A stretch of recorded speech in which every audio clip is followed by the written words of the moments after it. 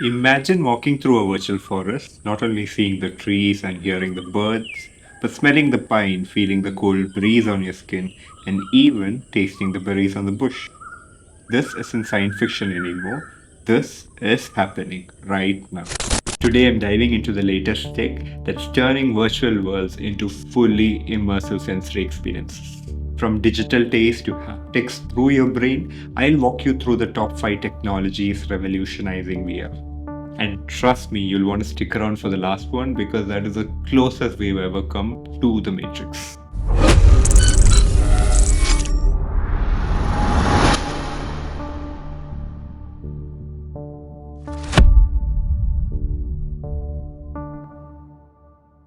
Let's start with something fragrant.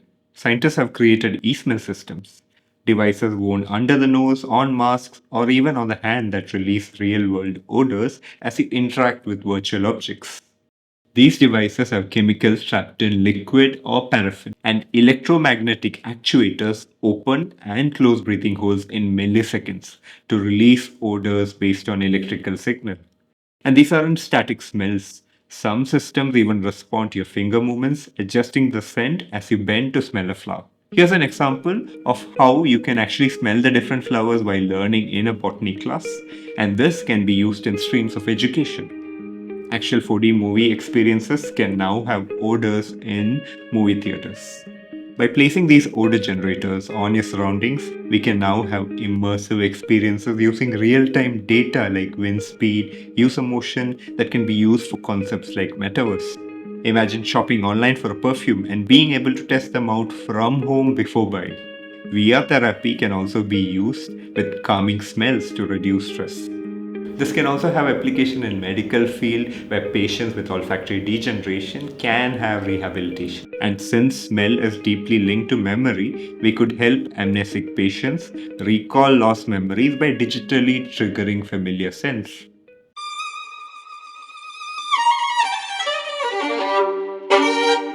Want to taste your digital food? In a 2025 study, researchers developed a system that detects the chemical makeup of a food, then recreates it using edible compounds on the other side of the world. With this, you can remotely taste even across continents. And this example by the research team is one of my favorite prospects. Imagine you're traveling and want to share the taste of a drink with your friend far off. You can digitally encode the taste using sensors on one side and send it to someone else, where actuators can be used on the other side to receive the taste. What a way to bridge the gap between worlds. What it does is use sensors on one side, where through ion selective membranes, it detects sodium, magnesium, H+, and using enzyme based sensors, detect glucose and glutamate. It's converted to digital format and sent to the other person. On the receiving end, there is a device with an electromagnetic pump where fluid gets pushed through because of the movement of a magnet against a membrane. This fluid will then mix with a hydrogel, having a taste tint, and mixing of different taste in proportions is also possible. Now imagine playing a cooking simulator. This can actually offer immersive VR experiences in games or even education. Next time you're on Swiggy, imagine if you could have a taste sample before deciding to buy. People with disabilities who would otherwise find it difficult to move about can now have a chance at experiencing food from different places. In a futuristic world where robot chefs are remotely controlled by a person, the taste can actually be monitored from far. In medicine, it can be used to rehabilitate people with taste loss, for example, like long COVID syndrome. In research, we can use it to map gustatory pathways using targeted delivery. These can also be used in tests for threshold detection, taste adaptation, or binary taste interaction. The boundary between physical and digital food is dissolving.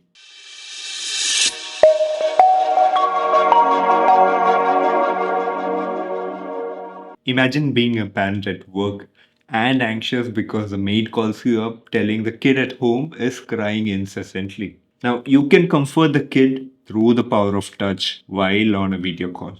Or what if we could feel games, not just through handheld controllers, but through our skin? That's what e-haptics are doing. There is a skin adhesive on one side and a breathable fabric that can even have optional colors to match skin. In between the layers will be an electromagnetic actuator that can give vibrations in the range of peak tactile human activity for skin, which is around 200 Hz. This can in fact be used for immersive experiences like entertainment, education, or even military training. And amputees can now regain a sense of touch through real time feedback through prosthetics. The biofeedback can also be used in physical therapy, sensory training, neurological rehab, or even surgical training simulators. This can even help robots with human like sensing abilities.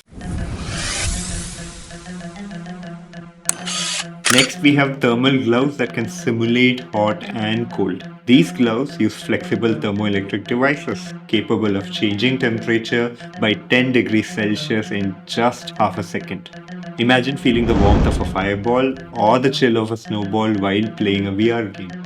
They use Peltier effect where electrical current is converted to heat transfer with one side cooling and the other side heating.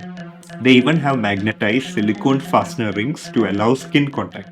These Peltier based thermoelectric devices replicate how real world ACs work. Shrink it down, wear it on your hands, and step into any climate you want. The scientists tried it out in models where the experience of holding a cool can of Coke, feeling a light warmth through petting a dog, or feeling the heat of picking up a cooked chicken stove were experienced. This is where we'll come to perhaps the most futuristic part of the video, and it's real. Instead of attaching dozens of electrodes all over the body, what if a single coil on your head can stimulate any sensation on any part of the body?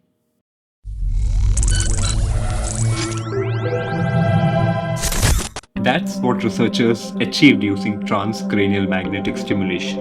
A robotic coil moves across the scalp, stimulating the sensory motor cortex to stimulate touch and even force sensations in your hands, feet, jaw, with no need for body worn actuators. This system generated 15 distinct sensations, including natural feeling, recoil, pressure, and force feedback.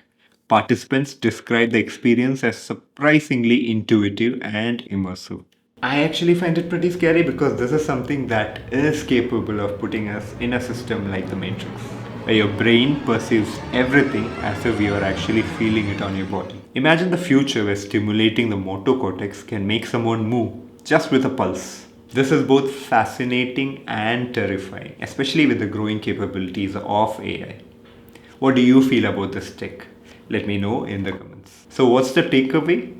Virtual reality isn't just visual anymore. It's becoming multi-sensory, intimate, and neurologically immersive. From remote taste sharing to brain-triggered sensations, this is the science of experience, rewriting the rules of what's real.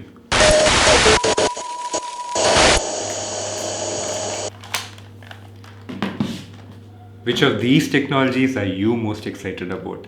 Let me know in the comments, and don't forget to like, subscribe, and share.